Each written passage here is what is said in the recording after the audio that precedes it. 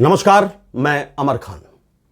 आज मैं आपसे देश की इकोनॉमिकल जो पोजीशन है, आर्थिक जो हालात हैं, उनके बारे में आपसे कुछ पूछना चाहता हूं और कुछ बताना चाहता हूं। हमारे देश के अंदर जो आर्थिक हालात हैं, जहां तक मैं समझता हूं, इस वक्त बिल्कुल भी सही रास्ते पर नहीं चल रहे हैं। युवा पढ़ रहे हैं, लिख रहे हैं, महंगी महंगी फीस भरकर महंगे महंगे कॉलेजों से डिग्री हासिल कर रहे हैं। महंगा उनके जो पेरेंट्स हैं, जिन कहां से पैसा लाकर उनको दे रहे हैं, बेचारे कर्ज लाकर दे रहे हैं, मेहनत कर कर कमा रहे हैं, अपने बच्चों को पढ़ा रहे हैं, लिखा रहे हैं। उसके बावजूद जब वो पढ़ लिख कर तैयार हो जाते हैं तो बाहर जब निकलते हैं, उनके पास ना तो नौकरी का कोई रास्ता दिखाई दे रहा है, ना बिजनेस का रास्ता। मैं आपसे एक बात पूछना चाहता हूं, क्या देश को डेवलप करने का जो जिम्मा है, जो जिम्मेदारी है, वो सरकार की है या देश के लोगों की है? मेरी बात में दिमाग में ये बात अक्सर आती है कि सरकार रास्ता बनाएगी या लोग रास्ता बनाएंगे? सरकार मौके उपलब्ध कराएगी या लोग मौके उपलब्ध कराएंगे? तो मुझे जहां तक लगता है यह काम सरकार का है। हम ये बात करते हैं कि अमेरिका हमसे कितना आगे है, जापान हमसे कितना आगे है, चीन हमसे कितना आगे है। हम ये बात नहीं करते कि वहां की सरकारों ने इस तरह की पॉलिसीज बनाई, इस तरह के नियम और कानून बनाए और लोगों को सुविधाएं दी, फैसिलिटीज दी कि आप ये करिए, सरकार से पैसा लीजिए, आप अपना बिजनेस करिए। जो पढ़े लिखे रोजगार युवक थे, उनको नौकरियां दी। जिस तरह की काबिलियत थी, लाख रुपए की काबिलियत थी, तो लाख रुपए की ही नौकरी मिली। जैसे कि हमारे यहां लाख रुपए वाला आज के टाइम में 30 से 40 हजार रुपए में नौकरी कर रहा है, और 30 से 40 हजार की काबिलियत वाला नौजवान वो 10 से 15 हजार रुपए की नौकरी कर रहा है। तो ये डेवलपमेंट की निशानी नहीं है, ये विश्व गुरु होने की निशानी नहीं है। अभी राहुल गांधी का एक भाषण मैंने सुना, उन्होंने बताया मुझे क्या, मैंने सुना उनको, जब मैंने जो समझा राहुल गांधी के भाषण से, वो मैं आपको बताता हूं। राहुल गांधी पिछले दिनों अमेरिका दौरे पर गए हुए थे। वहां वो हरियाणा के कुछ युवकों से मिले। जब उनसे बातचीत हुई तो उनसे पूछा कि आप कब आए? कि मुझे 1 साल हो गया, मुझे 2 साल हो गया। कहां रहते हैं आप? कि एक घर ले रखा है हमने, 15, 20, 25 लड़के उसी में रहते हैं, इतना कमा लेते हैं, इतना कमा लेते हैं। उन्होंने सारी बातें राहुल गांधी को बताई। तो राहुल गांधी ने पूछा कि यहां तक आने के लिए आपको कितना खर्च करना पड़ा, कितना पैसा आपका लगा? तो उन्होंने बताया कि 35 से 50 लाख के बीच हमारा खर्चा आया। तो राहुल गांधी एकदम चौंक गए। उन्होंने कहा 35 से 50 लाख तो पैसा लगाकर, रुपया लगाकर आप अपने देश में भी, हरियाणा के अंदर भी कोई व्यवसाय कर सकते हैं, बिजनेस कर सकते हैं, कोई यूनिट लगा सकते हैं। तो ये इतना पैसा खर्च करके आप यहां क्यों आए हैं? तो उन युवकों ने बताया कि हमारे देश में इस वक्त बिजनेस के सारे रास्ते बंद हैं। 10, 15, 20, 25 लोगों तक सीमित रह गए हैं। उन्हीं के हाथों में सब कुछ जा रहा है। आपने पहले देखा होगा कि 1 यूनिट आदमी लगाता था तो साल, 2 साल, 5 साल के अंदर 2 यूनिट कर लेता था, 4 यूनिट कर लेता था। मतलब बिजनेस को दोगुना, तिगुना, चौना बढ़ा लेता था। लेकिन आज जिस लेवल पर वो बिजनेस चल रहा है पिछले 8-10 सालों से, 1 इंच भी उस बिजनेस को आगे नहीं बढ़ा पा रहा है।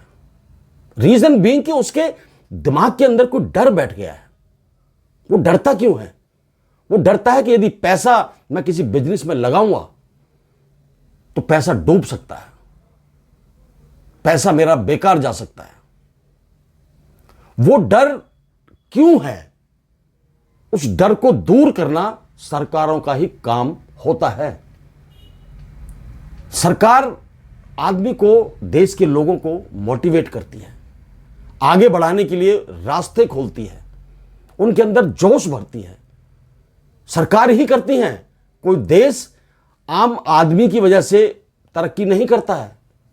कोई भी देश, आप किसी भी देश को लगा लीजिए, यदि हम अपनी कंपैरिजन, अपना मुकाबला यदि इनसे करते हैं, बांग्लादेश से, श्रीलंका से या पाकिस्तान से, तो गलत है।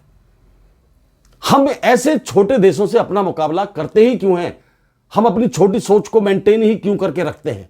हम अपना मुकाबला अमेरिका से क्यों नहीं करते हैं? जापान से क्यों नहीं करते हैं? रशिया से क्यों नहीं करते हैं? चीन से क्यों नहीं करते हैं? हम बड़े देशों से मुकाबला करेंगे तो बड़ा बनने की कोशिश करेंगे और बड़ा बन जाएंगे, क्योंकि वहां के देशों ने, उन देशों की जो सरकारें थी, उन्होंने स्कीम्स, पॉलिसीज इस तरह की बनाई कि देश के हर नागरिक के पास काम हो, हर नागरिक के पास पैसा हो, हर नागरिक के पास अच्छी खासी सुविधाएं हो, उसे एटलीस्ट, हमारे यहां जो गरीबी शब्द यूज होता है वो तो ना हो। तो सरकारों का बहुत बड़ा हाथ होता है।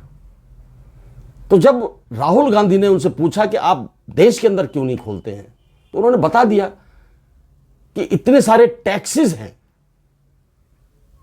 कि एक कंपनी का, छोटी कंपनी का मालिक टैक्स देते देते परेशान है। टैक्सों से ही उसको छुटकारा नहीं मिलता है, प्रॉफिट कहां निकालेगा? लिमिटेड पैसा आता है, सैलरी है, खर्चे हैं, और उन सबके बराबर टैक्स इतना देना पड़ता है कि प्रॉफिट निकल ही नहीं पाता है। अब यूनिट शुरू की हुई है तो चलानी पड़ेगी, घर भी चलाना है, बच्चे भी पढ़ाने हैं। मतलब कहने का कि एक डेवलपमेंट, एक बड़ा विजन दिमाग के अंदर नहीं आ पा रहा है। और उसका कारण मैं सिर्फ इतना मानता हूं कि देश के अंदर जो लिमिटेड लोगों को ये शक्तियां दे दी गई हैं, लिमिटेड लोगों को, ये गलत है। राहुल गांधी इस मामले में मुझे बहुत सही लगता है कि वो सही बात कहता है। उसने 25-30 लोगों को जो नाम ले रखे हैं, ये अडानी, अंबानी और भी बहुत सारे लोग हैं जिनको सारी शक्तियां दे रखी है। पूरा बिजनेस, प्राइवेट बिजनेस तो प्राइवेट बिजनेस, सरकारी संस्थाएं तक उनको दे रखी है। तो आम लोगों तक वो कैसे पहुंचेगा? आम लोग कैसे इस चीज को डेवलप करेंगे? मुझे राहुल का विजन बहुत अच्छा लगा।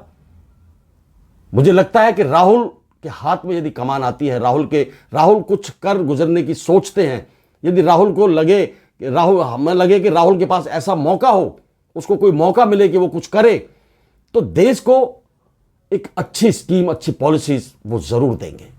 उनका विजन बड़ा है, पढ़ी लिखी शख्सियत है। आज की जो सरकारें हैं वो देश के डेवलपमेंट के बारे में नहीं सोच पा रही हैं।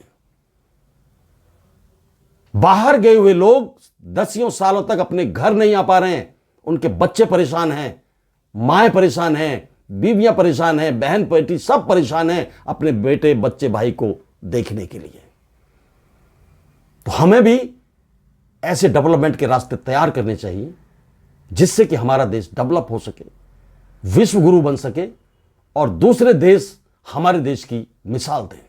और यह काम सिर्फ और सिर्फ सरकार कर सकती है। जय हिंद, जय भारत, नमस्कार।